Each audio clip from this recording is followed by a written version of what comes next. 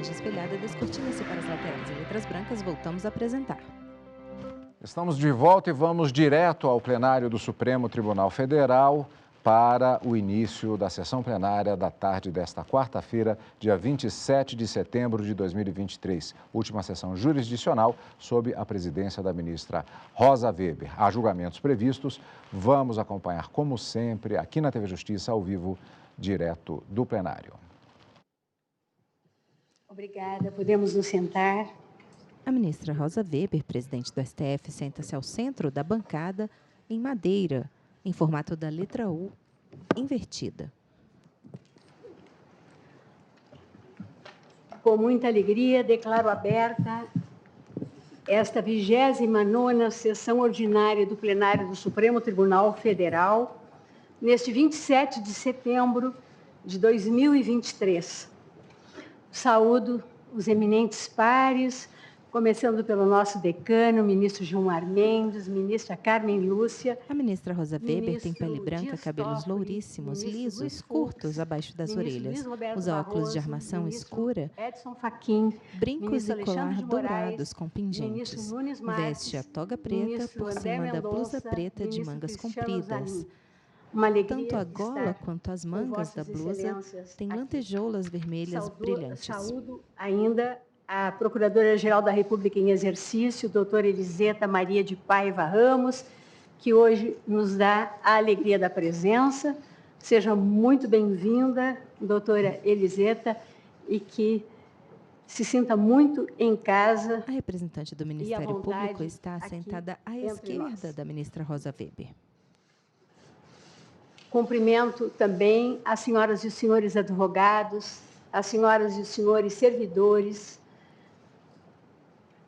No canto direito inferior da tela há uma intérprete de Libras. Que se encontram aqui conosco hoje neste plenário e ainda os que nos assistem pela TV Justiça. Registro a presença dos estudantes de Direito das seguintes instituições: Pontifícia Universidade Católica do Rio Grande do Sul. Os estudantes ocupam praticamente todas as poltronas, cor caramelo. De Luiz Eduardo Magalhães. No plenário, há ainda cadeiras extras Sejam todos atrás. muito bem-vindos. Muito boa essa combinação gaúchos e baianos. Né? A ministra Rosa Weber olha para a plateia e sorri. Eu lecionei no século passado na Faculdade de Direito da Pontifícia Universidade Católica do Rio Grande do Sul. É com muita alegria que nós também os recebemos hoje.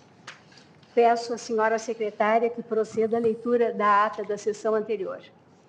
Ata da 30ª sessão extraordinária do plenário do Supremo Tribunal Federal, realizada em 21 de setembro de 2023. Presidência da senhora ministra Rosa Weber, presentes à sessão os senhores ministros Gilmar Mendes, Carmen Lúcia, Dias Toffoli, Luiz Fux, Edson Fachin, Alexandre de Moraes, Nunes Marques, Oliveira André de Souza, Mendonça assessora-chefe do e plenário, Cristiano está em Zanin. pé à direita da ministra Rosa Weber. Tem pele clara, cabelos castanhos, lisos, longos, cacheados nas pontas. Veste a toga preta sobre blazer azul e um lenço colorido em verde e dourado. Pergunto se há alguma objeção ou complementação a ser feita na ata. Nada havendo-a, declaro-a aprovada e chamo a julgamento para continuidade, a rigor, já na fase da definição da tese, o recurso extraordinário 1.017.365, que diz com o tema 1031 da repercussão geral e relativamente ao qual existem 226 casos sobrestados. Esse recurso extraordinário é da relatoria do eminente ministro Luiz Edson Fachin e tem como recorrente a Fundação Nacional dos Povos Indígenas e como recorridos o Instituto do Meio Ambiente de Santa Catarina, IMA, nova denominação do Fátima, e ainda a comunidade indígena Xoclém, terra indígena Ibiramala, Clanho. Passo de imediato a palavra ao eminente ministro Luiz Edson Fachin.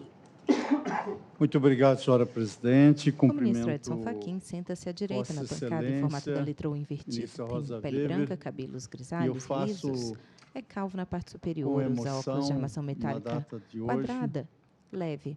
Tem bigode grisalho, desde logo, usa toga preta sobre terno preto, camisa branca e gravata vinho. Sentimento da imensa presença e luminosa presença que Vossa Excelência, na sua gestão e na sua judicatura nesse tribunal, levou a efeito, sendo orgulho de todos nós e, portanto, meu cumprimento especial a Vossa Excelência.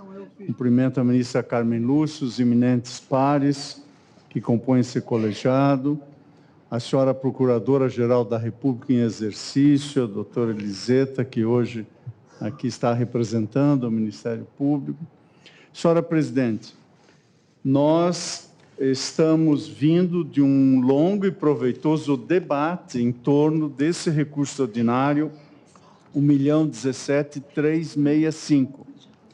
E, no curso das últimas sessões, diversas ideias e circunstâncias foram suscitadas.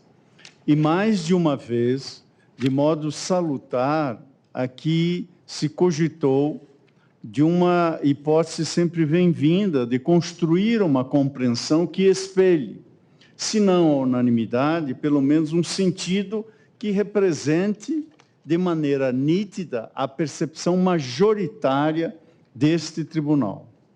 A questão central inicial era a definição quanto ao marco temporal, cujo provimento do recurso maioria, Vossa Excelência já indicou. Ou seja, creio que os votos que já se alinharam nesse sentido estão STF discute tese de repercussão geral na decisão que derrubou o marco temporal pela demarcação de terras indígenas. As terras tradicionalmente ocupadas por indígenas não se sujeitam ao marco temporal ou à configuração do renitente esbulho, como conflito físico, controvérsia judicial persistente à data da promulgação da Constituição. Portanto, uma ideia que, em sua base, fundamentalmente, reconhece esse conjunto de circunstâncias acerca dos direitos originários dos povos indígenas.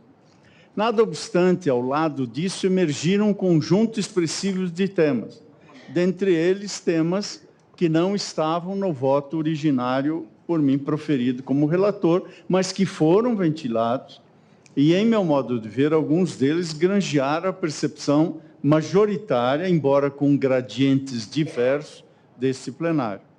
O que temos feito, de algum modo, e todos nós, e de modo especial Sua Excelência o ministro Alexandre de Moraes e Sua Excelência o eminente ministro Dias Toffoli, é um esforço para que possamos, de algum modo, congregar essas perspectivas e encontrar, à luz de uma hermenêutica constitucional que densifique os comandos constitucionais e nos limites da Constituição, que permitam expressar esta compreensão interpretativa majoritária. Nessa ordem de ideias, creio que há duas questões que, de algum modo, precisam ser solvidas. A primeira delas, parece-me, diz respeito à metodologia da formulação da tese, ou seja, se adotaremos uma tese mais sintética, que espelhe o cerne da compreensão do tema, ou se migraremos para uma tese mais analítica, que minudente item a item um conjunto expressivo de aspectos.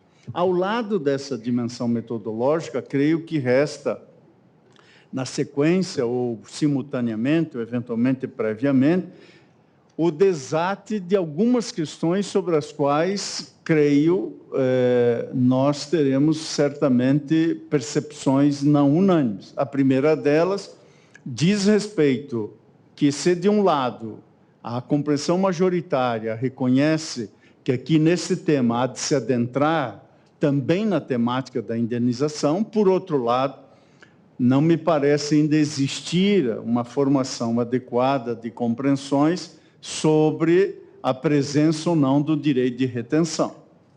Ao lado desse tema, que é um tema capital aqui, há outro tema que foi trazido por Sua Excelência, o eminente ministro Dias Toffoli, Sua Excelência certamente irá expor na sequência, que concerne os temas compreendentes a seara da mineração e da utilização dos recursos minerais.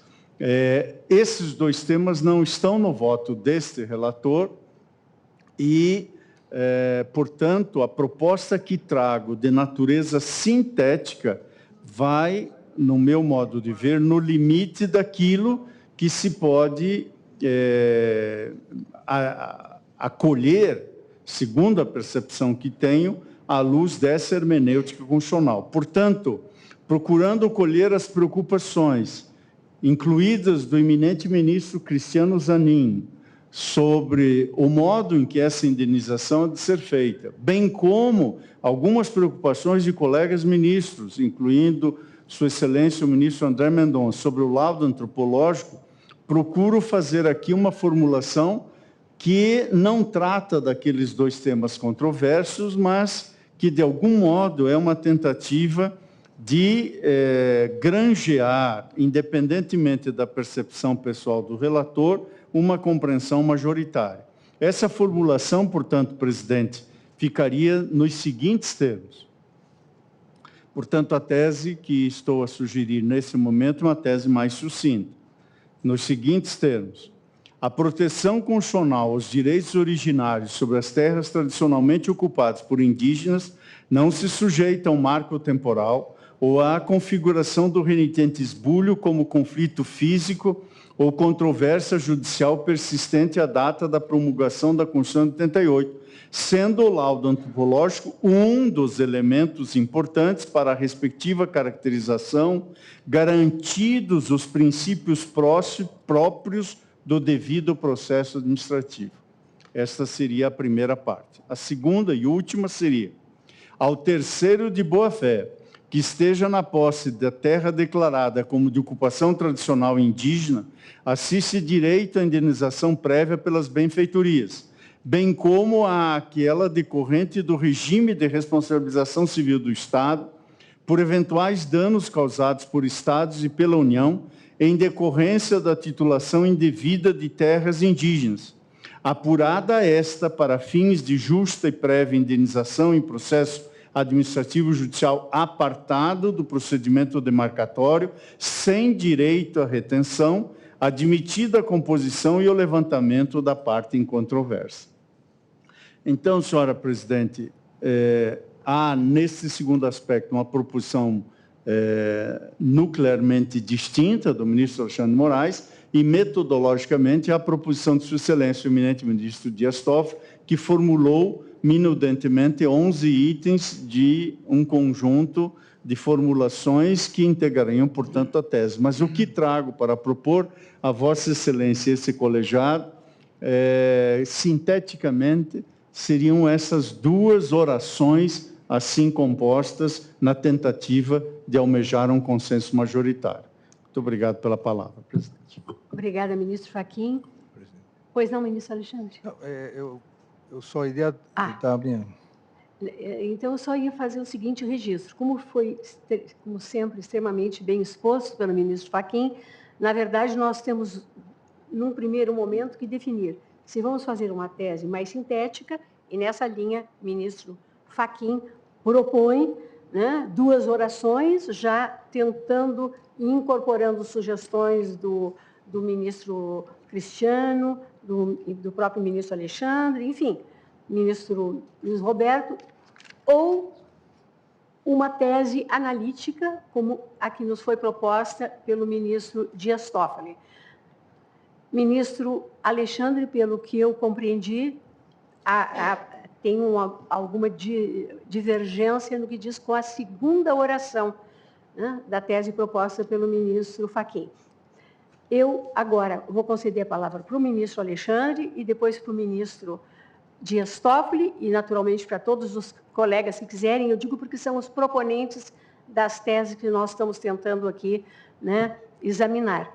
E depois me parece que seja importante que deliberemos, num primeiro momento, se vamos partir para uma tese sintética ou para uma tese analítica. Ministro Alexandre. Obrigado, presidente. Eu também, presidente, aproveito a minha primeira manifestação do dia para cumprimentar Vossa Excelência nessa sessão especial de hoje, presidida por Vossa Excelência. Eu não canso de repetir, não só aqui no Supremo Tribunal Federal. O ministro Alexandre de Moraes senta-se à esquerda na bancada. Graças à liderança firme de Tem Vossa pele clara, Excelência, completamente firme e calvo, brilhante, veste de Vossa a toga Excelência, preta sobre o terno preto, Supremo camisa Tribunal branca e Federal gravata todo o laranja Poder estampada. Judiciário, especialmente durante os ataques covardes à democracia brasileira, que Vossa Excelência bem denomina do Dia da Infâmia. Graças a essa forma firme e brilhante de atuação, a nossa democracia se tornou mais forte. A nossa democracia, o nosso Estado de Direito, o nosso poder judiciário se fortaleceram. Isso muito se deve à personalidade amável e firme de Vossa Excelência, que faço questão aqui de novamente cumprimentar e parabenizar. Presidente, eu, em relação às teses, o primeiro, o item 1, se podemos chamar assim, da tese do eminente ministro... Presidente, eu fui sem educação, cumprimento a ministra Carmen, todos os ministros, a Procuradora-Geral da República em exercício. Cumprimento o futuro presidente, então, que ia reclamar também, não quero confusão com o futuro presidente. Presidente, em relação aqui aos tópicos, o item 1, eu adiro integralmente, exatamente, é o cerne da questão, o Supremo Tribunal Federal, por maioria, com o meu voto, seguindo o eminente ministro Edson Fachin, afastou a ideia de marco temporal. STF discute tese de repercussão geral na decisão que derrubou o marco temporal para a demarcação de terras indígenas. O segundo tópico... Vota o ministro Alexandre de Moraes. No meu voto, lá atrás, eu levantei a questão daqueles que, de boa fé, de forma lícita, aos padrões da época, e com reconhecimento do Estado dessa licitude, o direito que eles teriam em razão do reconhecimento dessas terras como terras das populações indígenas, o que nós aqui todos concordamos que essas terras também, de acordo com a Constituição, devem ser reconhecidas para os indígenas. Agora, há situações que nós não podemos resolver uma questão criando uma injustiça. E eu cito sempre, e repito, a questão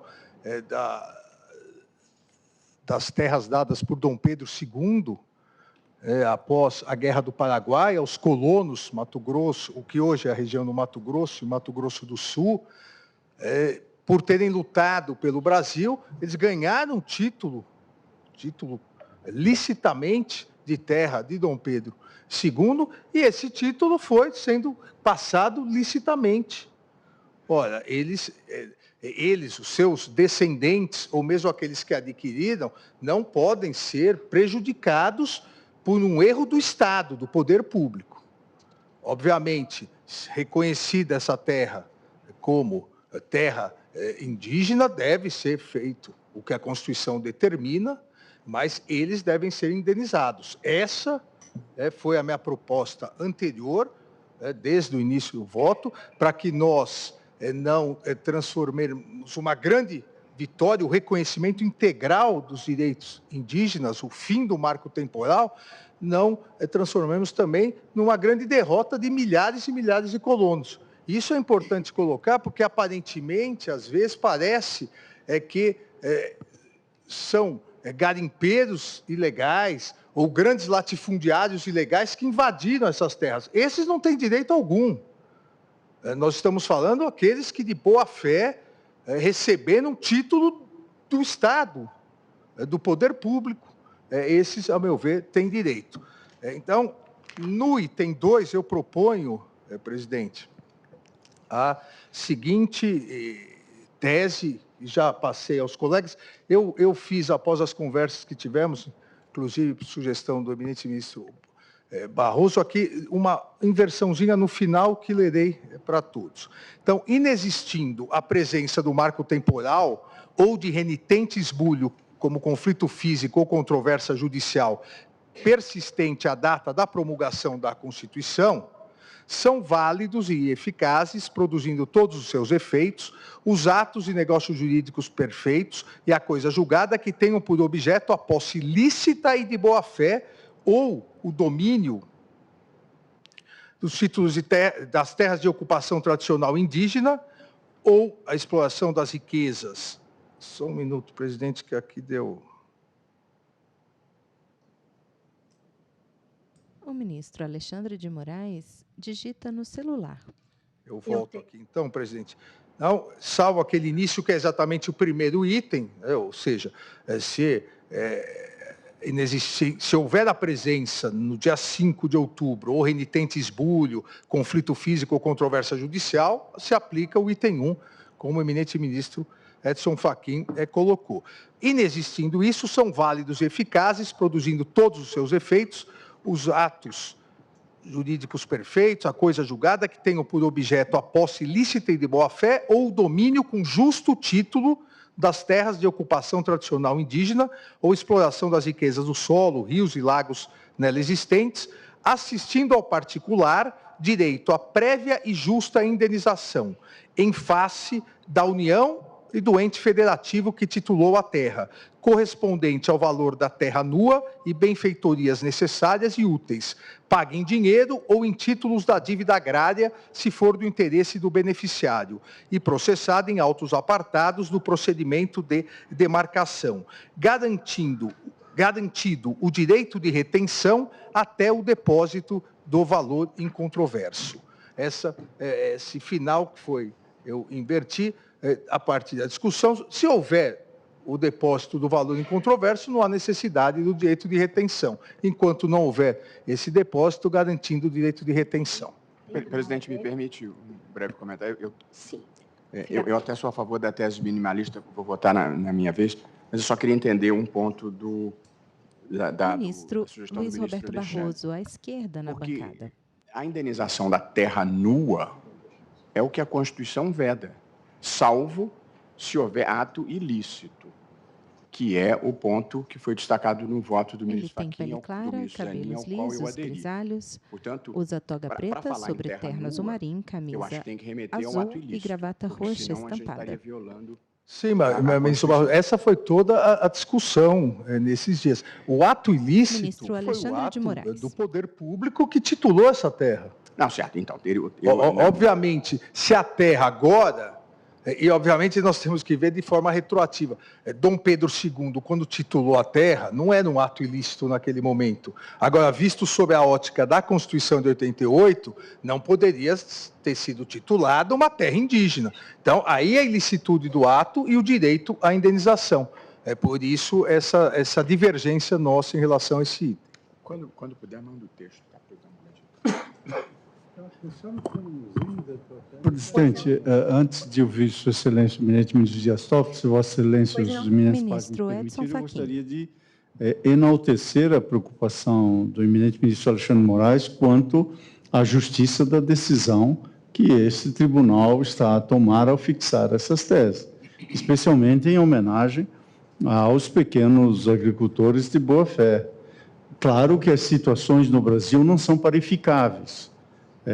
Há uma variabilidade de situações concretas, nada obstante, estamos na mesma página com esse sentido da preocupação. Apenas a solução que trazemos a essa matéria, eu, obviamente, procurei contemplar mediante o acolhimento da indenização, mas na linha do que foi proposto pelo ministro Cristiano Zanin, e, de fato, tem esta circunstância que é distinta na segunda parte, a tese que formulei da posição do eminente ministro Alexandre de Moraes.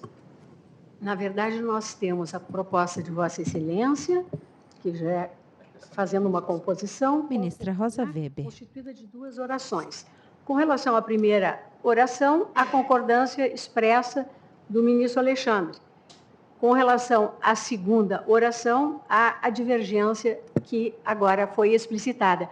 Ministro Alexandre, eu tenho ainda a formulação, apenas a formulação antiga da tese de Vossa Excelência. Não sei se... Eu pedi para distribuir. Eu agradeço. Presidente, só uma consideração. Eu não me oponho a incorporar nesse meu texto a questão da autocomposição também que nós discutimos. Então, não há problema nenhum nessa incorporação. Desde que, e aqui é exatamente o elemento fundamental de divergência, a justa e prévia indenização e a possibilidade da retenção até que seja feito o depósito do valor incontroverso.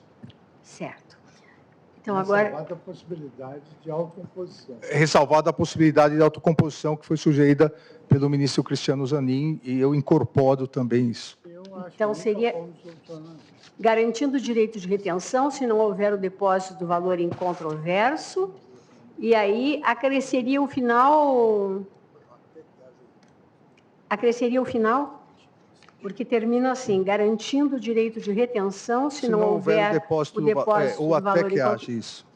E a questão da autocomposição poderíamos colocar também, como que o ministro Fachin ficou a questão da autocomposição no seu tópico? Ao final, a composição e o levantamento da parte incontroversa. Exato.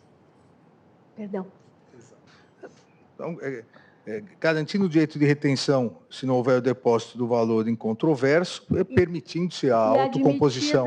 E admitida a autocomposição. Ministro Dias Toffoli.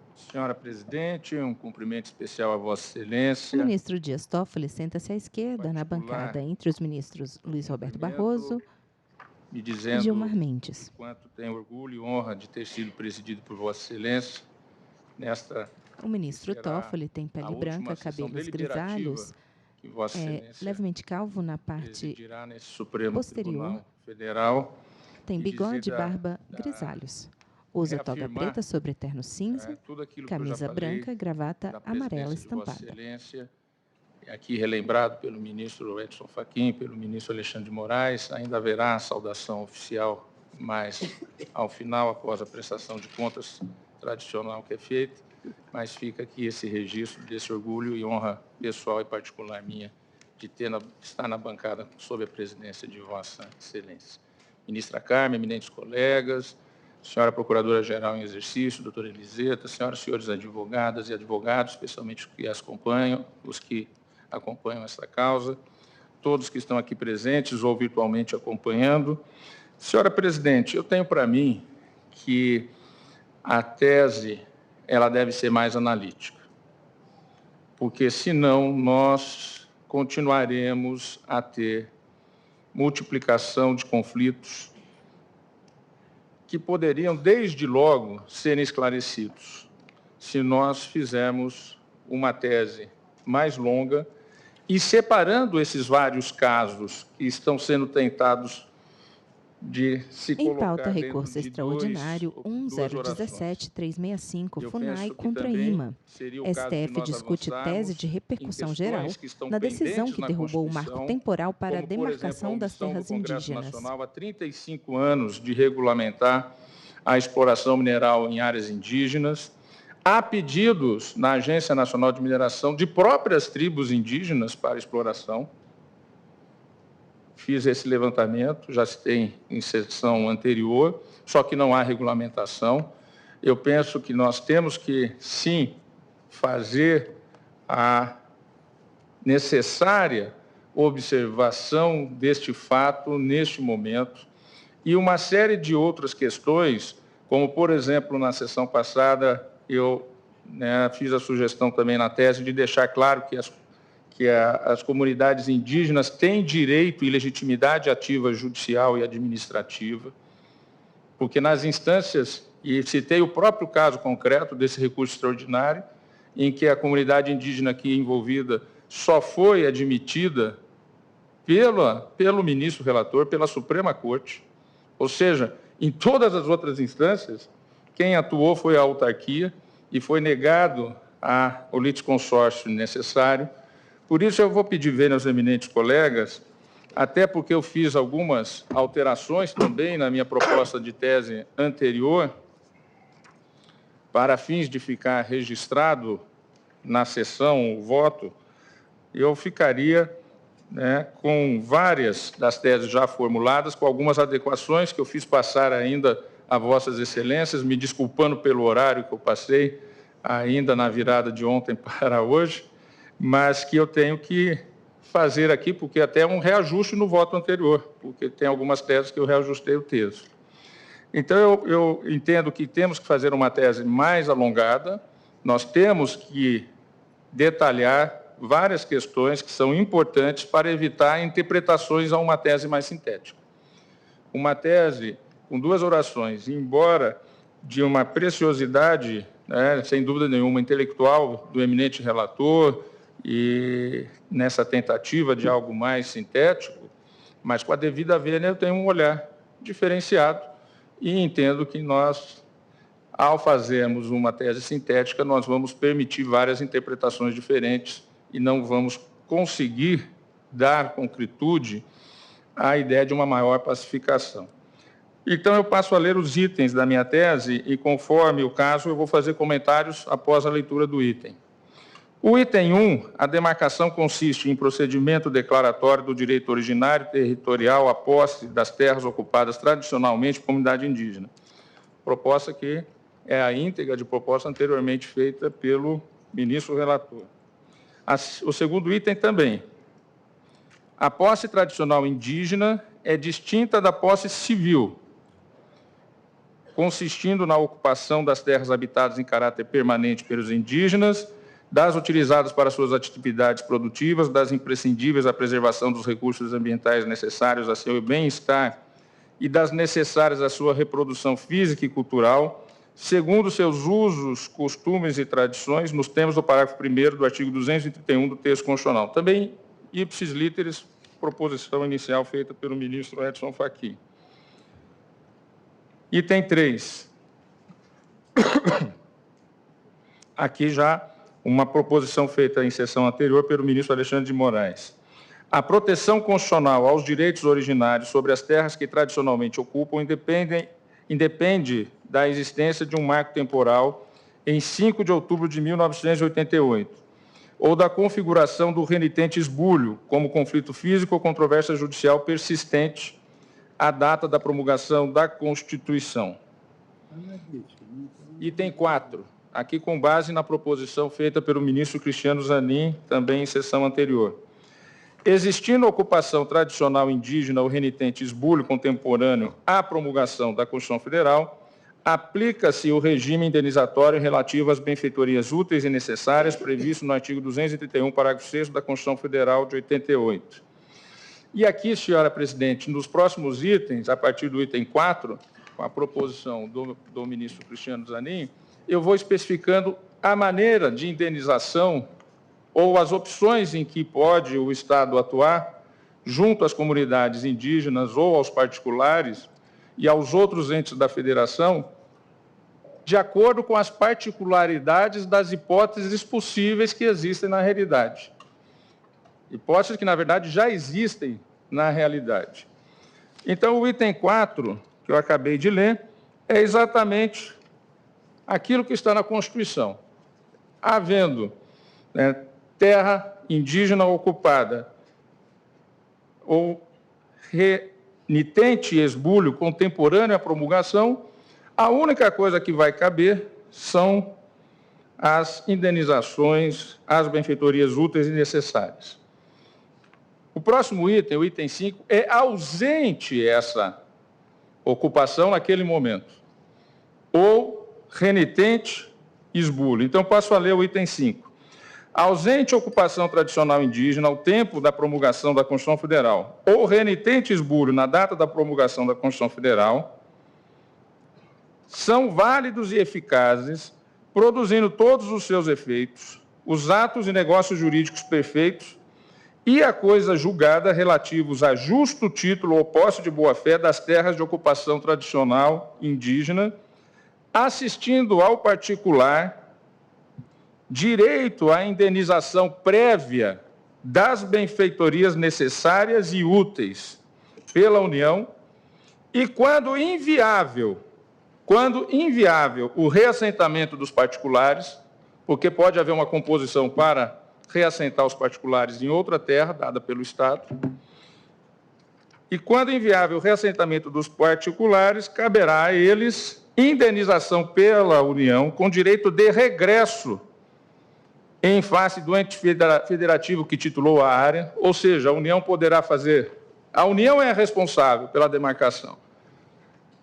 E se ela vai ter que indenizar particulares por ação de entes da federação, obviamente ela tem o direito de regresso. Continua a leitura. Com direito de regresso em face do ente federativo que titulou a área, correspondente ao valor da terra nua, ou seja, essa indenização é da terra nua, caso não haja a possibilidade de reassentamento, paga em dinheiro ou em títulos da dívida agrária, se for do interesse do beneficiário, e processada em autos apartados do procedimento de demarcação, com pagamento imediato da parte em controvérsia.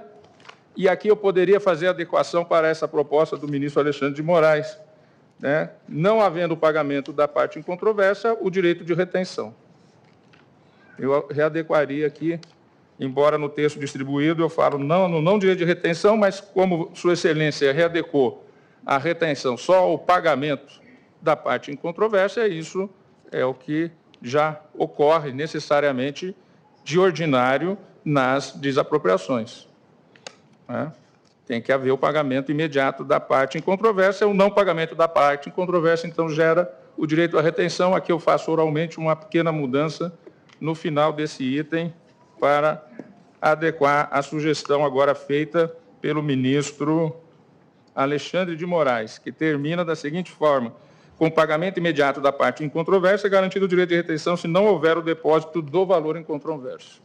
Então, eu finalizaria o meu item 5 com essa proposição. Item 6. Descabe indenização em casos já pacificados, decorrentes de terras indígenas já reconhecidas e declaradas em procedimento demarcatório, ressalvados os casos judicializados em andamento. Acho que é importante ter também esse item aqui, para deixar bem claro, né, que quando nós estamos falando em indenização, nesses casos, não cabe, salvo na hipótese daquilo que esteja judicializado. Proposta inicialmente surgida do voto do ministro Cristiano Zanin. Item 7. É dever da União efetivar o procedimento demarcatório das terras indígenas, sendo admitida a formação de áreas reservadas. O que esse item 7 quer dizer? Naquelas hipóteses em que é impossível devolver a área para a comunidade indígena, a possibilidade de áreas reservadas, que é previsto no Estatuto do Índio, no Estatuto Indígena, o Estatuto do Índio. Então, o que eu digo aqui? É dever da União efetivar o procedimento demarcatório das terras indígenas, sendo admitida a formação de áreas reservadas somente diante da absoluta impossibilidade de concretização da ordem constitucional de demarcação, devendo ser ouvida, em todo caso, a comunidade indígena, buscando-se, se necessário, a autocomposição entre os respectivos entes federativos para a identificação das terras necessárias à formação das áreas reservadas. Isso está ocorrendo concretamente hoje entre o Ministério dos Povos Indígenas e o Estado do Rio Grande do Sul. Foi citado aqui que essa discussão está em andamento, junto com a comunidade indígena envolvida. Só terminar de ler esse item, ministro Alexandre, ele escuto com prazer.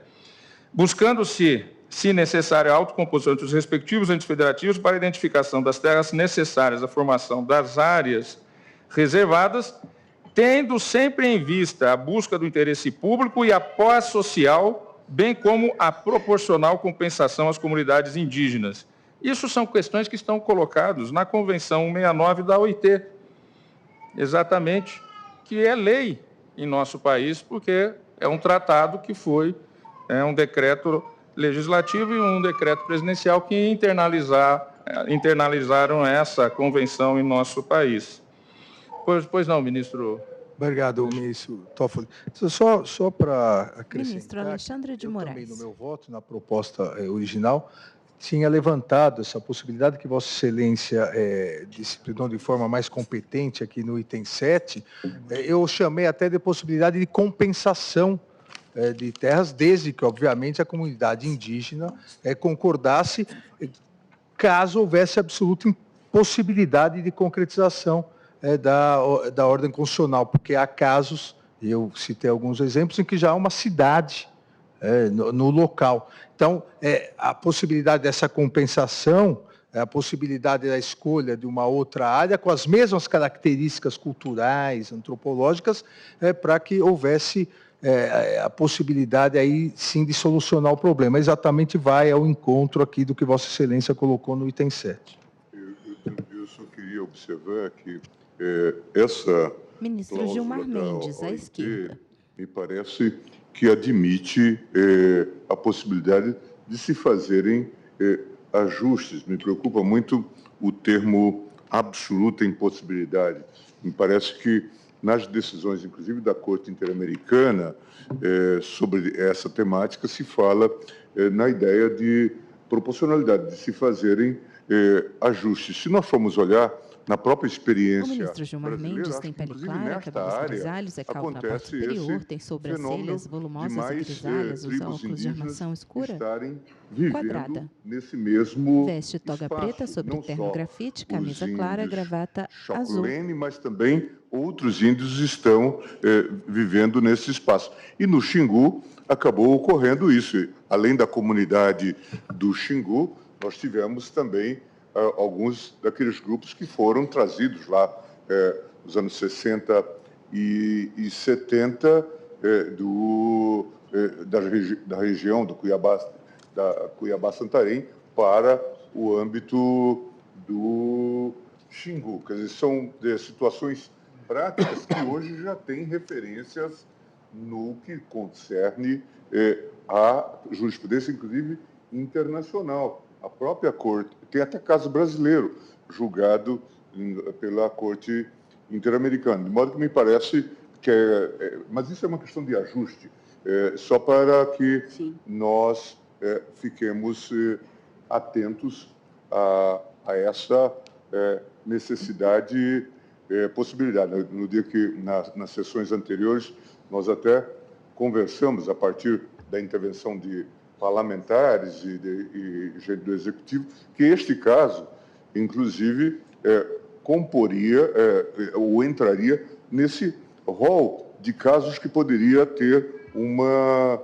composição. O próprio governador de Santa Catarina, Jorginho Melo, procurou-nos para que, eventualmente, houvesse esse tipo de encaminhamento. E, recentemente, o ministro Alexandre falava desse conflito que existe, que está aqui, acho que sob a relatoria de Vossa Excelência, chamado Morro dos Cavalos, em que, de fato, já há áreas conurbadas e que, de fato, despertam aí a necessidade de se fazer algum tipo de deslocamento, preservando o interesse da tribo indígena, mas fazendo o devido encaminhamento e a autocomposição ou a pacificação. Nós temos aí o caso também do Ferrogrão, da relatoria do ministro Alexandre de Moraes, que são os indígenas da etnia Caiapós. Ministra Rosa Weber.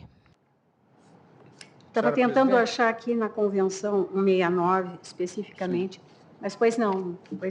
O artigo é o 16.4. 16.4. Aqui. Senhora presidente, dando continuidade, o item 8º que eu proponho de tese, ele inicialmente veio também do voto do eminente relator, com acréscimos que eu fiz, e agora com sugestões do ministro Gilmar Mendes. Item 8º. Isso eu também entendo que é importante nós trazermos essa tese, porque senão nós teremos eternamente a ideia de ampliação. E nós nunca teremos um fim nessa questão da demarcação. Em pauta, recurso extraordinário número 1017365, FUNAI contra IMA. STF discute tese de repercussão geral na decisão que derrubou o marco temporal para a demarcação de terras indígenas. Vota o ministro Dias Toffoli. Sugestão. Em acréscimo a uma sugestão anterior do eminente relator.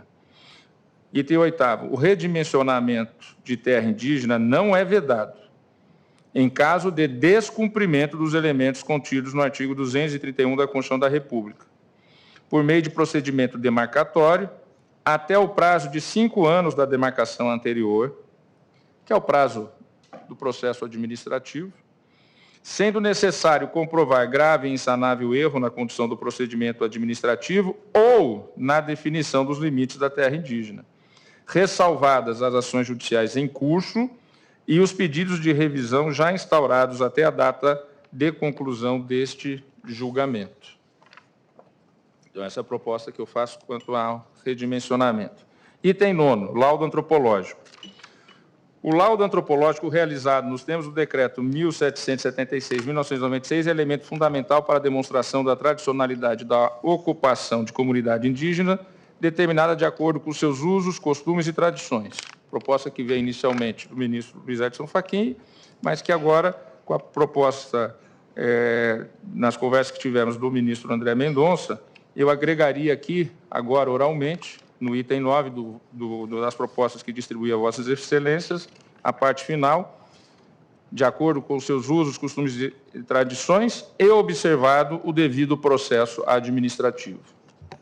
Ponto. E observado o devido processo administrativo. Se me permite apenas, ministro Dias Toffoli, agradeço também a referência. O ministro André Mendonça senta-se à ponta da bancada à esquerda. Do ministro Edson Fachin traz uma compreensão que também foi trazida pelo ministro Zanin. Então, seria decreto número 1776, que, salvo engano, também... Ele tem pele branca, cabelos lisos, grisalhos, principalmente nas laterais. Usa toga preta sobre terno grafite, camisa branca e gravata cinza e azul estampada em listras diagonais. Não sei se seria isso, ministro Zanin, também. É um dos elementos fundamentais. Eu adequo aqui também a essa sugestão para o ministro Dias Toffoli. É um dos elementos. Pois bem. Até porque, nessa linha, acho que bem lembrado pelo ministro André, isso já foi muito enfatizado durante todo no curso de todo o nosso debate, a definição, ela vem do texto constitucional, que é o artigo 231, parágrafo 1º, que diz que são terras tradicionalmente ocupadas pelos índios, as por eles habitadas em caráter permanente. Portanto, há um elemento difático identificável. As utilizadas para suas atividades produtivas, que é esse elemento, nós falávamos aqui dos múltiplos círculos concêntricos. As imprescindíveis à preservação dos recursos ambientais necessários ao seu bem-estar e as necessárias à sua reprodução física e cultural, segundo seus usos, costumes e tradições. Aqui, Jubim, até naquele seu voto, falava em necessariedade, que é o princípio da necessidade que nós utilizamos na ideia de proporcionalidade. Quer dizer, e Vossa Excelência até perguntava, qual é o limite do limite? Não é? É a necessidade para esse tipo de situação. E quando se discutiu essa temática lá atrás, tendo como pano de fundo, como leitmotiv, a questão de Raposa Serra do Sol, se falou de maneira muito clara que, se houvesse necessidade, que se poderia, então, desapropriar e ampliar as áreas. O ministro Alexandre falou desses grupos que foram colocados no pós-Guerra do Paraguai em determinados espaços. Mas também, no início do século XX, Rondon fez demarcações, especialmente nas áreas hoje do Mato Grosso do Sul, nós falamos sobre isso aqui, em que são áreas, talvez, de 5.000 hectares ou alguma coisa desses jaez, dessa índole. E aí se diz hoje que talvez muitas dessas áreas sejam insuficientes E aí vem a pergunta, o que fazer? Fazer uma redemarcação ou fazer, de fato, uma desapropriação ou compra de territórios adjacentes? Em suma, esse é um ponto importante que decorre do texto constitucional.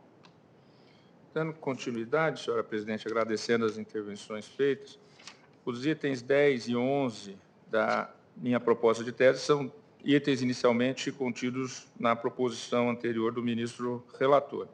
Item 10, as terras de ocupação tradicional indígena são de posse permanente da comunidade, cabendo aos indígenas o usufruto exclusivo das riquezas do solo, dos rios e lagos nelas existentes.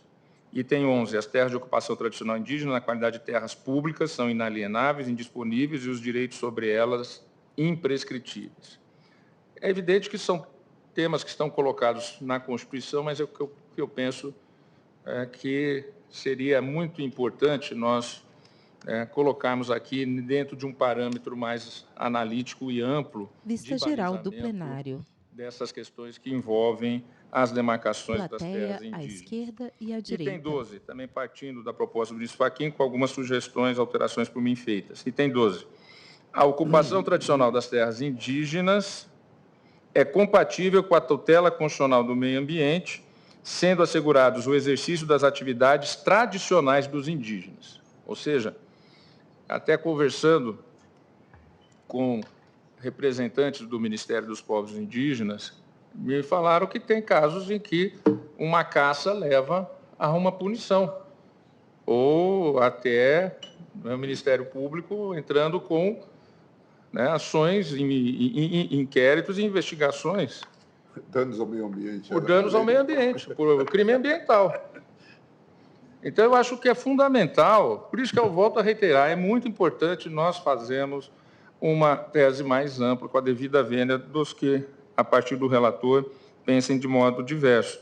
Então, aqui, a ocupação tradicional das terras indígenas é compatível com a tutela constitucional do meio ambiente, sendo assegurados o exercício das atividades tradicionais dos indígenas. Nós estamos aqui a evitar conflitos desnecessários. É óbvio que, se colocar fogo na mata inteira, é outra questão. Isso não é da tradição indígena, aí é um crime mesmo, não é? Respeitadas as tradições. Item 13, que eu também reputo fundamental, pelo próprio caso aqui em julgamento, da capacidade e da legitimidade de postulação. Item 13, os povos indígenas possuem capacidade civil e postulatória, sendo partes legítimas nos processos em que discutidos seus interesses, sem prejuízo nos termos da lei, da legitimidade concorrente da FUNAI e da intervenção do Ministério Público como fiscal da lei. STF discute 14, tese de repercussão geral na decisão que derrubou o marco temporal para a demarcação de terras indígenas. Vota o ministro Dias Toffoli. Congresso Nacional e regulamentar a questão da mineração. E veja, a não regulamentação da mineração leva à mineração ilegal, leva ao mercúrio nos rios, leva ao desmatamento, leva a conflitos localizados. E nós sabemos que o Estado brasileiro não tem condições de fiscalizar essa ampla área que tem que ser protegida por dever constitucional. Havendo uma exploração legítima, autorizada na forma da lei a ser aprovada, eu tenho convicção de que diminuirão muito as ilegalidades e diminuirão muito a exploração de maneira a contaminar rios, matas e florestas e pessoas e seres humanos. Portanto, eu faço essa proposição, senhora presidente, e aqui deixando claro que, para além de um prazo ao Congresso Nacional, eu também estabeleço já parâmetros para a lei. Para a lei. E todos esses parâmetros que eu coloco para a lei, na minha proposição, são parâmetros em defesa e em favor dos povos indígenas. Todos. Então, leio o último item da minha proposição de tese, item 14. A ausência de regulamentação do parágrafo 3º do artigo 231, combinado com o parágrafo 1º do artigo 176 da Constituição, configura omissão legislativa inconstitucional em detrimento das comunidades indígenas que sofrem os efeitos do aproveitamento de recursos hídricos, orgânicos, hidrocarbonetos e minerais em seu território e não participam de seus resultados. Na realidade, já está ocorrendo, já existem as explorações. Continuo. O Tribunal dá o prazo de 12 meses ao Congresso Nacional para legislar sobre o tema, observando os seguintes requisitos. 1. Autorização do Congresso Nacional, artigo 231, parágrafo 3º da Constituição Federal. O Congresso Nacional, para além de fazer a lei, pelo parágrafo 1º do artigo 231, ele tem que autorizar, caso a caso, a exploração. Item 2, segundo requisito, oitiva das comunidades afetadas, artigo 231, parágrafo 3º da Constituição Federal e Convenção OIT 169. 3. Garantia de participação dos indígenas nos resultados do aproveitamento dos recursos minerais, orgânicos, hidrocarbonetos e hídricos em suas terras, bem como de indenização pela restrição de seu usufruto. Item 4. Instituição de regime próprio de aproveitamento das terras indígenas. Item 5. Necessária observância da legislação ambiental e setorial. 6. Observância da autonomia organizacional das comunidades indígenas para a gestão e aplicação dos respectivos recursos, devendo a FUNAI prestar o apoio necessário. 7. Realização de estudos prévios da terra indígena para avaliar os impactos da exploração e seu potencial, observado o planejamento setorial. E 8. Instauração de processo concorrencial, leilão, licitação para o acesso aos títulos minerários em terras indígenas.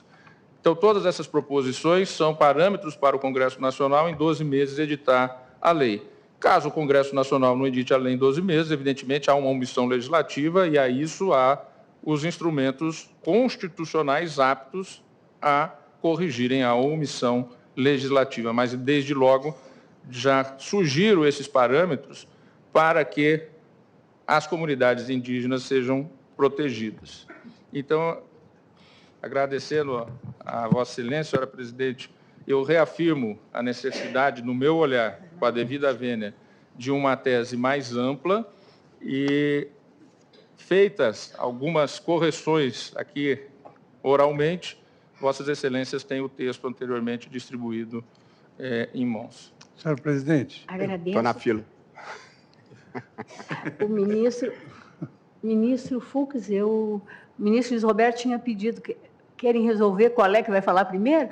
O ministro Luiz Roberto... Eu queria fazer um comentário estrutural e em seguida ouço o ministro Luiz Fux sempre com muito gosto. Ministro Luiz Roberto Barroso, à esquerda. E acho que é um ponto muito importante e pedindo todas as vênias a quem pensa diferentemente. Eu não acho que é uma boa ideia transformar este caso na mãe de todas as batalhas envolvendo demarcação de terras indígenas, com todas as vênias de quem pensa diferentemente. Nós já estabelecemos, e há algum tempo atrás, que a repercussão geral e a tese de repercussão geral a ser fixada deveria ficar tão próxima quanto possível do caso concreto em discussão. O caso concreto em discussão aqui não envolve, com todas as vênias, nenhuma das questões, ou nenhuma seria exagero, mas a maior parte das questões que estão sendo debatidas. O caso concreto aqui em exame, presidente, nós estamos com um recurso extraordinário com repercussão geral que cuida da seguinte situação. Uma Fundação do Meio Ambiente de Santa Catarina, portanto, uma entidade da administração pública indireta controlada pelo Estado, portanto, estamos falando de uma área pública, ela controla, com título de propriedade, uma reserva ambiental. Esse é o caso. E, diante do que considerou a invasão dessa área por indígenas, entrou com uma reintegração de posse. Não tem nenhum agricultor nessa área. É uma área de reserva ambiental em que indígenas ingressaram e a entidade estatal entrou com uma ação de reintegração de posse. Ganhou a ação de reintegração de posse. Qual foi a tese discutida nesse processo? A tese discutida foi: a demarcação da terra indígena já estava feita, mas ainda não havia sido homologada. E, portanto, a decisão de primeiro grau, confirmada em segundo grau, disse: como não havia ainda a homologação da demarcação, os indígenas não tinham o direito de ingressar. E, portanto, julgaram procedente a reintegração de posse. Portanto, nós estamos discutindo aqui, e essa é a tese central, se os indígenas têm direito à sua área após o laudo, ou se depende da homologação. Essa é a questão jurídica em discussão aqui, essa foi a tese do acórdão. Não se discutiu aqui presença de agricultor, não se discutiu aqui indenização devida ou indevida, nem critério de fixação de indenização, e muito menos se discutiu aqui mineração em terra indígena. Portanto, eu acho que nós estamos transformando esse debate num debate em que não houve nem contraditório, nem discussão dessas questões, que são muito importantes. Eu concordo com o ministro Dias Toffoli, que é muito importante. Porém, nós ou vamos estar normatizando em abstrato, o que eu acho que não nos cabe, ou vamos estar julgando extra petita, o que eu também acho que não nos cabe. Portanto, presidente, eu debateria filosoficamente nós termos uma tese mais minimalista que corresponda ao caso que está sendo em discussão, sem prejuízo de que, no momento adequado, se discuta a questão da indenização aos agricultores, que já está posta na ACO 1100, que Vossa Excelência pautou na sequência e que eu me comprometeria a pautar também prontamente, onde ali, sim, nós temos uma situação muito peculiar. No outro caso, o STF discute tese de repercussão geral na decisão que derrubou o marco temporal para a demarcação de terras indígenas. No estado de Santa Catarina, a propriedade e tem Faz título uma parte registrado, o ministro e depois Luiz aquela Roberto área Barroso. foi alcançada por uma nova expansão da demarcação da terra indígena. Aí nós temos um caso muito difícil de direitos que entram em rota de colisão e que nós vamos ter que produzir uma solução adequada. Mas este caso não tem nenhuma dessas dificuldades. De modo que eu assentaria, pura e simplesmente, uma tese, para não ficar com a minha e ser mais aberto, a tese que foi proposta pela Procuradoria-Geral da República. Aliás, eu queria aqui cumprimentar a doutora Eliseta Maria de Paiva Ramos, primeira vez aqui entre nós, muito prazer tê-la conosco. Mas até a tese do Ministério Público, eu penso que era a tese voltada para o caso concreto, que é a seguinte: a proteção da posse permanente dos povos indígenas sobre suas terras de ocupação tradicional independe da conclusão de processo administrativo demarcatório e não se sujeita a um marco temporal de ocupação pré-estabelecido. Essa era a discussão do processo. E ela conclui: o artigo 231 da Constituição reconhece aos índios direitos originários sobre essas terras, cuja identificação e delimitação deve ser feita por meio de estudo antropológico, o qual é capaz, por si só, de atestar a tradicionalidade da ocupação segundo os parâmetros constitucionalmente fixados e de evidenciar a nulidade de quaisquer atos que tenham por objeto a ocupação, domínio e a posse dessas áreas. Essa é a proposição que se ajusta ao caso concreto e eu consideraria essa a melhor tese. Porém, presidente, a tese do ministro Luiz Edson Fachin, embora mais ampla, também é uma tese mais minimalista, com a qual eu também estaria pronto a concordar com uma ou outra consideração menor. Eu ouvi com atenção e interesse as proposições do ministro Dias Toffoli. No geral, também não estou em desacordo com o conteúdo delas, apenas acho que não deveriam ser pronunciadas neste caso. Por falta de contraditório, por falta de discussão específica, e porque acho que nós estaríamos julgando extra petita e normatizando em abstrato. Mas, se a maioria do tribunal entender pela tese mais analítica, eu gostaria de fazer os seguintes e breves comentários. Primeiro, tanto na tese do ministro Toffoli quanto na do ministro Fachin, qualificar o que significa indenização prévia. Indenização prévia significa, assim eu penso, o depósito pelo poder público da sua própria avaliação,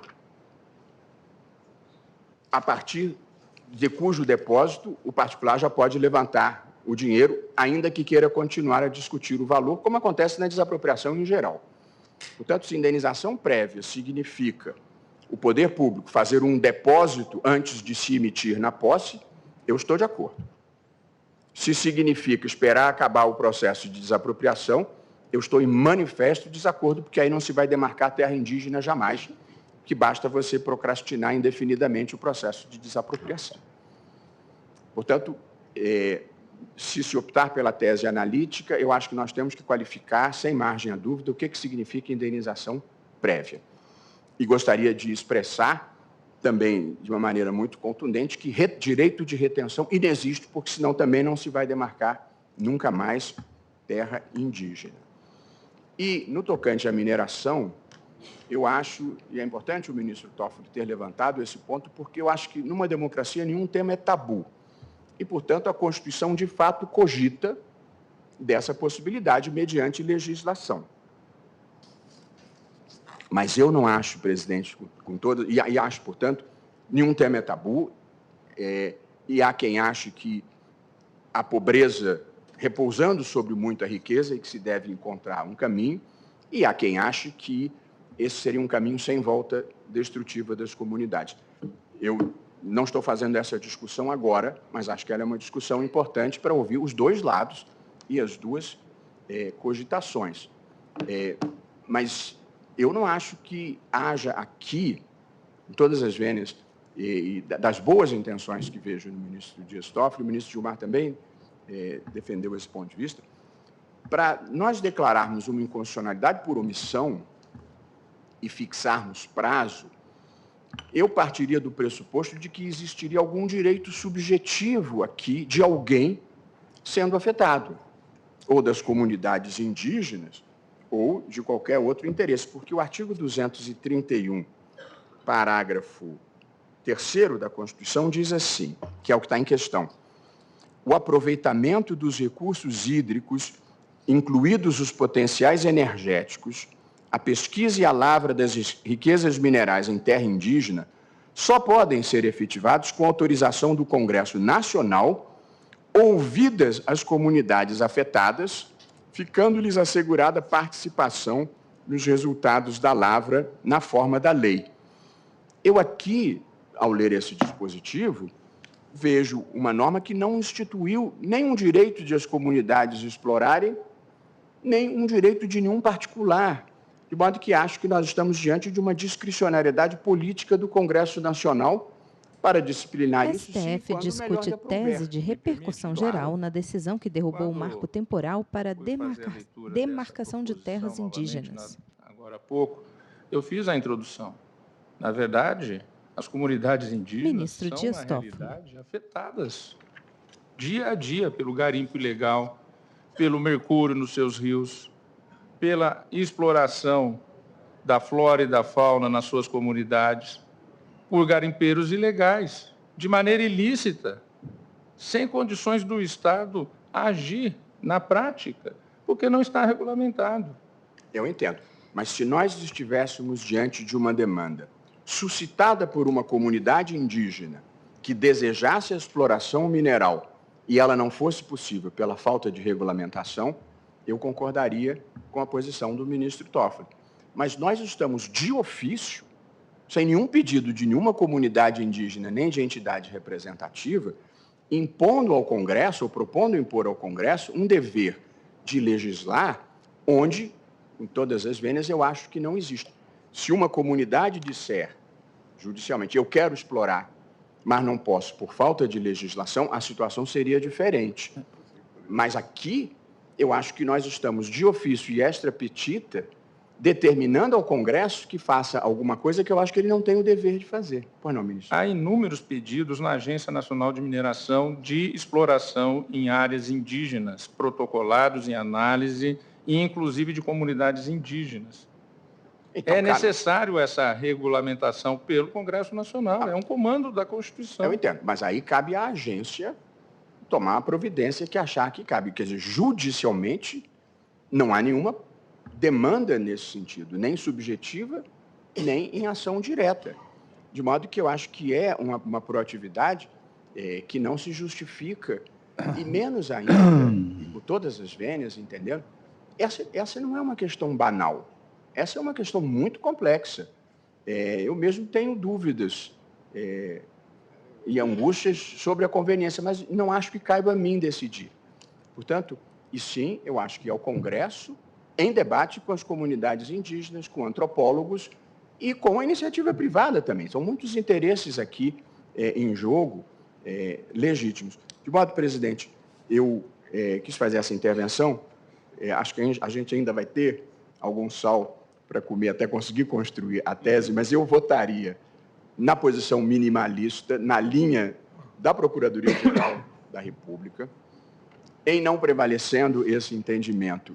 Eu votaria na linha da tese do ministro Luiz Edson Fachin, com o esclarecimento dessa questão do significado do prévia, e em não prevalecendo a ideia da tese analítica, de modo que eu estou fazendo a eventualidade da eventualidade, eu acompanho a boa parte das posições do ministro Toffoli, embora acho que a gente não devesse estar se pronunciando sobre elas, com essas considerações que fiz.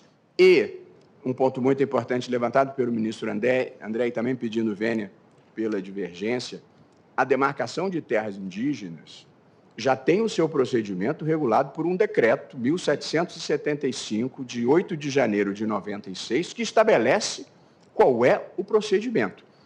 Se alguém disser tem que ter devido processo legal e ouvir 5.000 grileiros para poder demarcar a terra indígena, nós estamos, na verdade, inviabilizando a demarcação com todas as vênias, também respeitando as posições contrárias. De modo que o Supremo declarou a constitucionalidade desse decreto, de modo que eu acho que foi feito de maneira regular.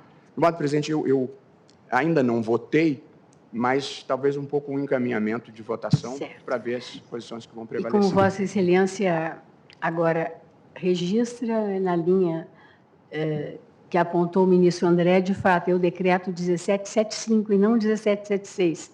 Tem um errinho material nos nossos registros. O ministro Fux tinha pedido a palavra. Presidente, queria também saudar Vossa Excelência, infelizmente, nessa última sessão que preside... O ministro Luiz Fux senta-se à direita na bancada. Em nome da nossa amizade, eu queria também, primeiro, louvá-la por todas as razões que todos já disseram. Quem fala agora é o ministro Barroso.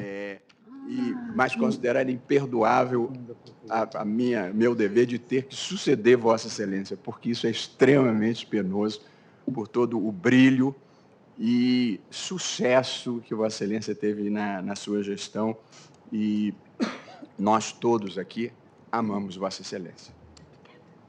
Pois não, ministro Fux. Senhora Presidente, eu queria também reiterar aqui os sentimentos afetuosos de todos nós em relação a Vossa Excelência. Quanto à sua eficiente presidência, eu fiz declarações públicas que sairão e Vossa Excelência verá que são de extrema sinceridade. O ministro Luiz Fux tem pele clara, cabelos grisalhos, lisos, volumosos. Usa toga preta sobre terno azul marinho, camisa branca e gravata verde estampada. A manifestação ela depende de uma questão prejudicial, ou seja, se nós vamos ficar exatamente adstrito ao caso concreto, só vamos adiantar. Porque, por exemplo, aqui já se disse que não adianta aumentar a terra indígena e não dar infraestrutura. Então, por exemplo, nessa parte em que se dá autonomia organizacional das comunidades indígenas para a gestão e aplicação de recursos, é preciso vincular a saúde, a segurança e a educação. Porque destinar os recursos sem uma garantia de que naquele ambiente indígena haverá infraestrutura para poder curar, porque nós temos visto hoje os indígenas doentes, sem nenhum tratamento, sem nenhum hospital, enfim. Eu partiria para essa questão só se houvesse essa superação da tese analítica ou adstrita ao caso concreto. Na verdade, o meu encaminhamento será logo após ainda assegurar a palavra a algum ministro que queira dela fazer uso, que vai ser o nosso decano, mas seria encaminhar num primeiro momento se vamos fazer uma tese sintética ou uma tese analítica. Isso definido, aí chegaríamos, ou tentaríamos chegar a um denominador comum. Pois não, ministro? Essa questão fática trazida pelo ministro Barroso já foi objeto de debate anterior, em que nós concluímos que houve, sim, invasão tanto desse território desta empresa, a autarquia, essa empresa chamada Instituição de Meio Ambiente de Santa Catarina Fátima, como também de alguns lotes, inclusive de madeireiros. Portanto, há um espaço aqui que foi alvo de discussão. Neste espaçamento, os índios estavam no território, no seu antigo território, que é demarcado em 96, e no espaço novo, que foi alvo da portaria de 2003. E fizeram esta expansão, que é objeto deste RE, só para que os fatos sejam colocados com a sua devida precisão. Então, esse é o dado. Em relação a esse decreto, eu conheço também bem, porque foi alvo de um debate muito intenso, que foi conduzido pelo ministro Jobim, à época, no Ministério da Justiça. E foi alvo de todos os vitupérios do ministro, do professor Dalmo Dallari, que dizia que não precisava de contraditório algum. Mas, na verdade, já havia várias ações no Supremo Tribunal Federal dizendo que a demarcação de terras indígenas não se podia fazer sem o contraditório e a ampla defesa. Foi por isso que se fez, então, esse decreto, que foi alvo também de arguição de inconstitucionalidade. O que eu entendi que os colegas fizeram ponderações, acho que aparece no voto agora do ministro, na tese do ministro Toffoli, de fato, uma consideração, e o ministro André apontou, de fato, você não dar soberania a um laudo antropológico, simplesmente dizer que isso é suscetível, sim, de exame de contestação. E a própria Constituição estabelece critérios. Então, a mim me parece que é fundamental que tenhamos isso. E, no caso específico, com as vênias devidas ao ministro Barroso, foi reconhecida a repercussão geral para discutir essa questão, que está revendo, em larga medida, tudo aquilo que, de alguma forma, foi estabelecido, ou uma parte do que foi estabelecido na ACO famosa, na PET famosa, de Raposa Serra do Sol, em que, numa ação individual, numa ação concreta, foram estabelecidas 19 condicionantes. O ministro Toffoli não está exagerando. 19 condicionantes. Se fosse repercussão geral, aquilo já estava decidido e nós não estávamos aqui a julgar. Ou seja, se nós não tivermos uma tese mais ampla, nós continuaremos a ter alegações nas instâncias judiciais com base nas 19 condicionantes. Numa ação que depois se disse que não tinha efeito vinculante, mas são 19 condicionantes que não estavam voltados para aquele processo, estavam voltados para orientações futuras. Entre elas, coisas, ministro Foucault, como o direito de passar, da União ter de passar uma linha elétrica pelo território indígena, ou de passar uma estrada. Veja, portanto, tudo isso está nessas 19 condições. De modo que, a mim me parece que, se abrir, nós podemos discutir e ter alguma discricionalidade. Mas, ao reconhecer a repercussão geral, de alguma forma, nós temos que encaminhar este assunto. e dar um certo conforto a todos os setores eventualmente envolvidos, reduzindo a dosagem de conflituosidade, porque isso a toda hora se repete em alguns locais com ameaça de escalação. É fundamental, então, que nós tenhamos essa perspectiva, e quero dizer, então, de pronto, que eu me encaminho na linha de entender que uma versão analítica, pode ser mais ou menos, é necessária. Até porque foi esse o precedente que nós estabelecemos em Raposa Serra do Sol, tentando dirimir controvérsias. Eu já tinha falado aqui no início, a ministra Carmen, eu e o ministro Brito fomos a Raposa Serra do Sol. E naquele momento, até entre os militares, se discutia, o comandante da aeronáutica que nos acompanhou, dizia que precisava de fazer um tratado com o que chamavam nações indígenas. Então, é preciso que haja uma definição, ainda que demoremos um pouco, mas que construamos algo seguro no interesse de todos, no interesse de todos. Isso é fundamental. E nessa linha também, acho que é fundamental regular esta questão da exploração, o que é possível fazer em termos de exploração, considerando os interesses, de fato, da própria comunidade indígena. Porque nós já vimos também que há imensas dificuldades em relação a muitas comunidades da sua própria mantença, da sua própria preservação. Então, é fundamental que isso seja pensado. E aqui, com todas as vendas, nós não estamos falando de proteção de direito de guerrilheiros. Nós estamos falando de pessoas que receberam, já em Raposa Serra do Sol se tinha isso, pessoas que receberam títulos do INCRA, como aqui, que receberam em pauta do Estado recurso de Santa extraordinário Catarina. número No debate que está se travando sobre a 1017365, FUNAI portaria contra IMA. de STF 2003, discute tese de repercussão 400 geral na decisão que derrubou o marco então não se trata temporal de para a guerrilheiros. demarcação de terras indígenas. Quem fala agora é o Pessoas ministro que Gilmar trabalham de Mendes. sol a sol num trabalho difícil. É preciso respeitar essa gente. E nós precisamos equacionar de maneira equilibrada isto. Portanto, é preciso que esse tema seja tratado a partir dos problemas. É a tópica que se coloca aqui. Se nós já detectamos os problemas, vamos resolvê-los. Tentar dar a resposta, que talvez seja até provisória. Como já disse aqui em relação à Raposa Serra do Sol, do marco temporal. Durou 14 anos e vem todos os questionamentos e pode ter as suas inadequações.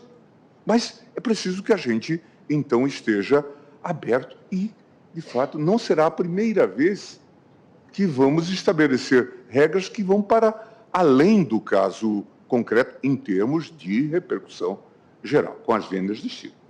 Presidente. Obrigada, ministro Gilmar. Pois não, ministro Luiz Roberto? Fiado na máxima de que as pessoas têm direito à própria opinião, mas não aos próprios fatos, eu leio o breve relatório do acórdão que nós Ministro Luiz Roberto Barroso.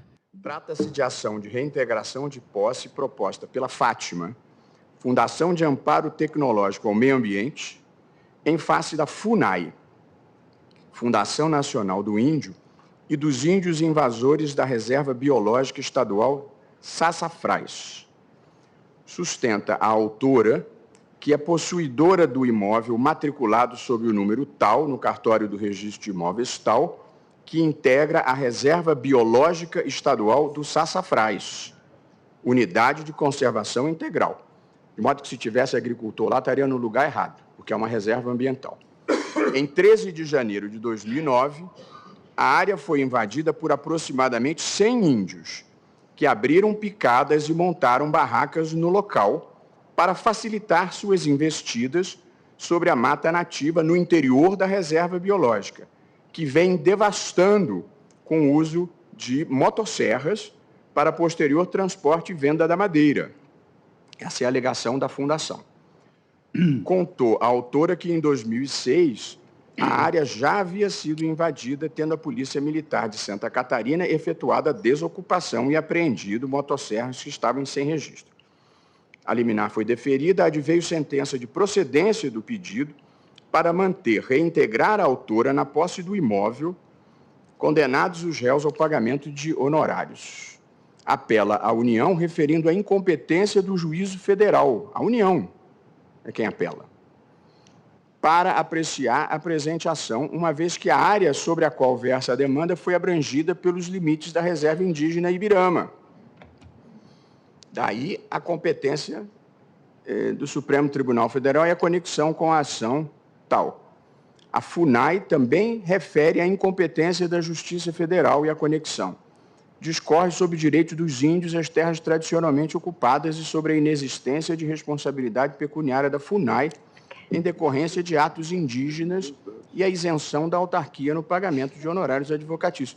Portanto, não tem nenhuma palavra sobre invasão de agricultores. Nós estamos discutindo uma área de reserva biológica que nem poderia ter agricultores. Obrigada, ministro Luiz Roberto. A palavra está à disposição. Então, eu questiono. Ministro Zanin, como vota Vossa Excelência com relação à tese sintética ou uma tese analítica? Queria cumprimentar Vossa Excelência, dizer que é uma alegria. Ministro Cristiano Zanin senta-se à ponta da bancada direita, tem pele branca, cabelos castanhos, lisos, curtíssimos. Doutora Eliseta, usa óculos de armação metálica escura, arredondada. Veste a toga preta sobre o terno cinza, camisa branca e gravata azul. O relator Edson Fachin atende o que discutimos aqui. Então, eu encaminho nessa direção. Pela tese sintética. E já adotando a tese do ministro Isso, Fachin. com a observação do ministro Luiz Roberto Barroso em relação à indenização prévia, na linha do que foi proposto por Sua Excelência.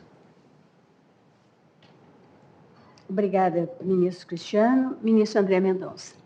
Ministra Rosa Weber, também com os cumprimentos devidos e sem ser repetitivo, mas adicionando ao que já foi dito por todos, apenas agrego meus antecipados votos e segurança de que os desafios e jornada vindoura terão o mesmo êxito e a mesma efetividade que Vossa Excelência teve, não só na presidência do Supremo Tribunal Federal, mas ao longo de mais de 40 anos de magistratura e vida pública. Também, eminente ministra Carmen Lúcia, eminentes pares, nossa procuradora-geral em exercício, eminentes advogados, advogadas, comunidade indígena, todos aqueles que nos acompanham nessa tarde. Eu, apenas embasado no próprio tema definido na repercussão geral, que leio é a definição do Estatuto Jurídico Constitucional das relações de posse das áreas de tradicional ocupação indígena à luz das regras dispostas no artigo 231 do texto constitucional, ou seja, é uma proposição de tema genérico à luz de todo o conteúdo do artigo 231 do texto constitucional. E em função disso, eu voto pela proposta de tese a ser discutida mais analítica. Tese analítica. Obrigada, ministro André. Ministro Nunes Marques. Ministra Presidente Rosa Weber, antes de expressar minha opinião sobre o tema, queria dizer que foi uma honra. O ministro Nunes Marques senta-se à direita na bancada, tem pele morena clara, cabelos castanhos, rareados no topo da cabeça. Usa a toga preta sobre terno azul marinho, camisa azul clara e gravata avermelhada. Tanto material como imaterial da democracia no nosso país. O sentimento existe pela saída de Vossa Excelência, mas existe também a felicidade pela bela serventia que Vossa Excelência fez aqui no tribunal, tanto como juíza como presidente. Senhora Presidente, aproveito também para cumprimentar todos os meus pares, na pessoa da ministra Carmen Lúcia e também a doutora Eliseta Ramos, Procuradora-Geral da República em exercício. Senhora Presidente, eu entendo que devamos fazer uma tese analítica. como bem pontuou o ministro Gilmar Mendes, não estou aqui dizendo que acolho uma tese mais ampla, mas uma tese sintética talvez nos limitasse e trouxesse algum prejuízo em termos de solução de alguns problemas que certamente virão na discussão dessa tese. Até mesmo posso citar, por exemplo, que na petição de ingresso sequer trazia a questão do marco temporal. Isso foi feito através de um recurso. Se limitássemos essa análise não poderíamos sequer analisar essa questão que já foi objeto de apreciação. É como um caminho. Obrigada, ministro Nunes Marques. Ministro Alexandre. Obrigado, presidente. Presidente, antes de eu posicionar, só uma questão, porque a tese do eminente ministro Fachin é sintética. A tese do ministro Barroso é super sintética, porque não entra nem na questão da indenização, correto? Ministro Luiz Roberto. Não, ele acompanha. Eu, na verdade, vou acompanhar o ministro Fachin, mas porque acho que essa é a posição que pode ter maioria. Mas eu verdadeiramente acho que a tese do caso... É super sintética. É a tese da Procuradoria-Geral da República. É porque o ministro Zanin acompanhou a sintética. Né? Presidente, eu peço vênia ao ministro Fachin, ao ministro Barroso, mas me parece aqui, e foi bem lembrado pelo ministro Cássio, que no início da ação, e mesmo o acordo, não analisava a questão do marco temporal. A partir da repercussão geral, a ideia foi globalmente analisar o marco temporal e suas consequências, até porque, e isso se demonstrou aqui na votação plenária, houve uma alteração de posicionamento em relação à Raposa Sol. Então, o que nós temos aqui é a necessidade de garantir a segurança jurídica, e o ministro André bem lembrou, o tema de repercussão geral falava exatamente na análise do regime jurídico. Então, eu também aqui voto pela tese analítica. Ministro Luiz Roberto. Presidente. Porque o ministro Fachin já votou pela tese sintética, sim, né? Sim.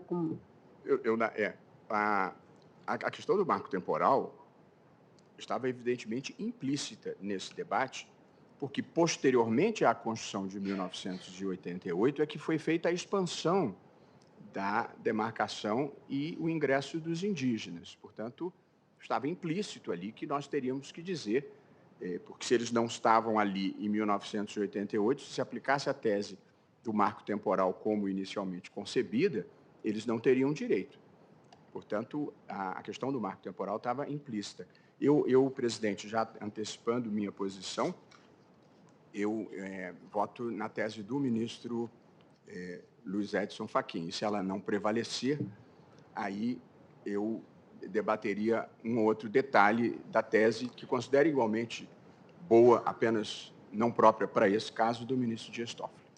Senhora presidente, eu só gostaria aqui de relembrar do meu voto, me manifestando pela tese analítica e já votando, portanto, as palavras do eminente relator ministro Edson Fachin, abro aspas, quando Sua Excelência fez a manifestação pela repercussão geral, apontou ser, abro aspas, necessária a fixação de interpretação constitucionalmente adequada ao Estatuto da Posse Indígena de Terras no Brasil em todos os seus desdobramentos.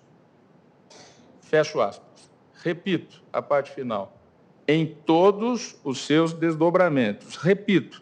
Necessária a fixação de interpretação constitucionalmente adequada ao Estatuto da Posse Indígena de Terras no Brasil em todos os seus desdobramentos. Fixada a repercussão geral, eu trabalhei uma tese analítica tentando contemplar todos os seus desdobramentos. Eu voto pela analítica, sim, que é a repercussão geral. Sim, é que eu colho o voto do ministro Fux, que em primeiro lugar eu pensei que era alguma observação, mas Vossa Excelência já deu o voto, ficou ótimo. Pois não. Senhora presidente, paradoxalmente, todo mundo tem razão. Ministro Luiz Fux, à direita. Se nós analisarmos o prisma processual... Só não me deixem para desempatar. Eu vou poupar Vossa Excelência, principalmente hoje. Porque todos têm razão pelo seguinte, sobre o processual, realmente é um pedido, a causa pretende, e nós estamos nos deparando sobre uma ação de reintegração de posse. Sucede que eu, até para ser coerente, eu tenho defendido, sob o ângulo da análise econômica do direito, que a parte tem o direito de obter o máximo de resultado com o mínimo de esforço. Então, acho que, no momento, é a hora, já que a repercussão geral foi admitida com desdobramentos, eu acho que digamos assim, é condizente com esse princípio maior da máxima eficiência da prestação judicional, alcançar o máximo de relações jurídicas no mesmo processo. Estou pedindo vênias, eminente ministro Roberto Barroso, que está com a razão sob o ângulo processual, mas sob a ótica da eficiência da prestação judicional, eu entendo que é mais condizente com hoje, o máximo de benefício com mínimo de esforço, adotar essa tese analítica. Ministra Carmen Lúcia. Não, eu estou acompanhando a tese analítica. Sim. Máximo de resultado com mínimo de esforço. Analítica. Senhora presidente, quero que as minhas primeiras sejam palavras. A ministra Carmen Lúcia está à direita Excelência, na bancada em formato da letra U invertida, mais sessão próxima da parte Excelência central. preside Tem pele branca, cabelos no final de grisalhos, gestão, lisos e curtos, antecipada abaixo pela das orelhas. norma Veste toga constitucional, preta sobre que blusa fixa o branca. prazo máximo. Dizer, como já foi dito por todos, da enorme alegria de ter tido Vossa Excelência neste tempo nos presidindo, pela eficiência, pela gentileza, pela enorme capacidade de trabalho. A mim, de uma forma especial, desde a chegada de Vossa Excelência, que deu a oportunidade de estarmos juntas de forma amiga e, como dizíamos antes da sessão, às quartas e quintas não necessariamente nos encontraremos, mas a amizade une as pessoas para sempre, continuaremos nos encontrando, o afeto é mais importante mesmo na vida, e dizer que é um privilégio termos no Brasil pessoas com a altivez serena e gentil de Vossa Excelência na condução do serviço público, de uma atividade que é de serviço público. A urbanidade, a generosidade, a gentileza há de fazer parte e há de voltar o tempo das gentilezas. Vivemos um tempo de muitas ferocidades, um tempo de pessoas odientas, de pessoas não apenas intolerantes, mas muitas vezes tornando os outros intoleráveis, e o Poder Judiciário, de uma forma específica, e uma magistrada como Vossa Excelência, honra o que há de melhor que o Poder Judiciário pode oferecer. O cuidado de conflitos, a solução de conflitos, com o melhor que a humanidade pode também dar como exemplo. Portanto, é uma honra sempre ter Vossa Excelência como colega, como presidente, mas de uma forma especial, como uma cidadã brasileira que honra o melhor do serviço público. Fico com pena e um pouco doída, porém, como nós cumprimos a Constituição se impõe, haverá de chegar o momento para todos nós de voltarmos a outros caminhos. Serão, com certeza, com o mesmo brilho que Vossa Excelência tem palmilhado da magistratura.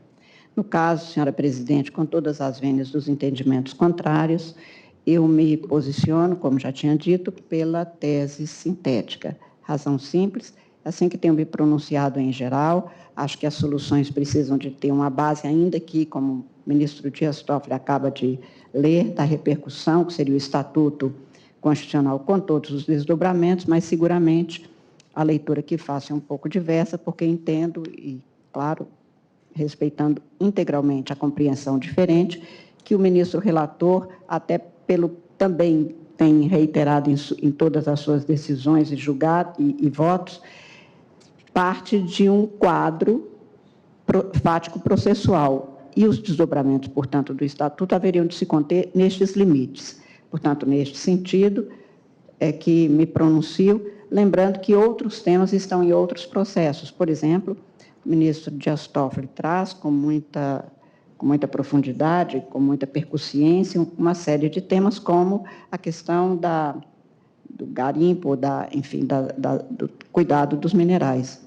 Tenho sob a minha relatoria, e todos nós temos numerosíssimos casos, eu tenho o mandado de injunção 7369, que é um mandado de instrução coletivo, afirmando exatamente o tema que haveria uma omissão inconstitucional. Entretanto, os autos voltaram-me no ano passado ainda, não ultimei o cuidado desse caso, tinha parecer contrário do Ministério Público, dizendo que não havia omissão nenhuma, interpretando diferentemente. Então, é o tema para ser trazido para julgamento, acho, como outros temas que estão em todos os gabinetes de todos nós. Então, seria até de cuidado, talvez agora mais eficiente, se passar a tese tal como posto pelo ministro Dias Toffoli. Mas eu não me animo ainda a tanto, pelo menos neste momento, em que tenho a possibilidade de votar respeitando todos os posicionamentos contrários, mas no sentido de uma tese sintética e que, neste caso, vai exatamente no mesmo sentido e acompanhando a proposta do ministro Edson Fachin, relator. Como voto, senhora presidente? Agradeço a ministra Carmen Lúcia. Ministro Gilmar, tese analítica. Ministra Rosa, peço desculpas por não tê-la cumprimentado com a ênfase devida diante desse momento bastante tocante para todos nós.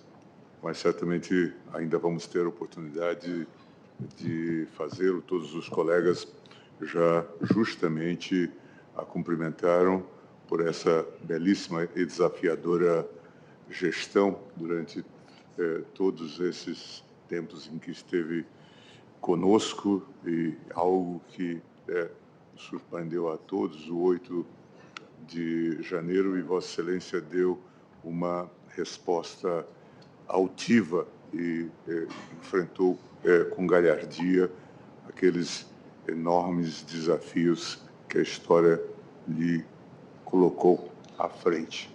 Quem fala é o ministro Gilmar Mendes, à esquerda, na bancada, na parte mais próxima do seu trabalho de da conciliação, de construção de soluções, das reformas regimentais importantes que foram votados. Acho que a questão, de alguma forma, está bem definida a partir da proposta do eminente relator, que propôs exatamente, e mereceu a adesão de todos.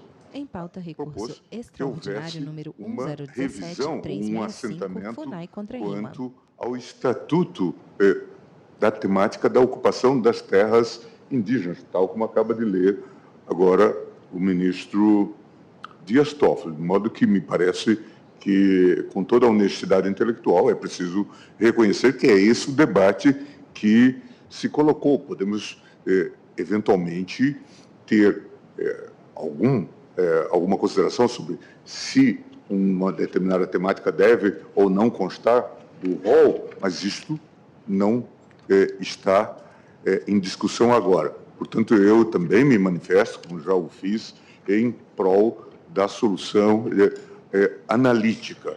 E os nossos antecessores aqui, eu estava nesse grupo que discutiu a temática, houve por bem aquela época fixar as tais 19 condicionantes, e assim se fez naquele momento, e só hoje nós estamos rediscutindo essa temática, em princípio, porque se tratava de uma simples ação ordinária, uma ação popular, era esse o debate que se travava, de modo que, pedindo todas as vênias, mas entendo que foi essa questão submetida pelo relator ao plenário.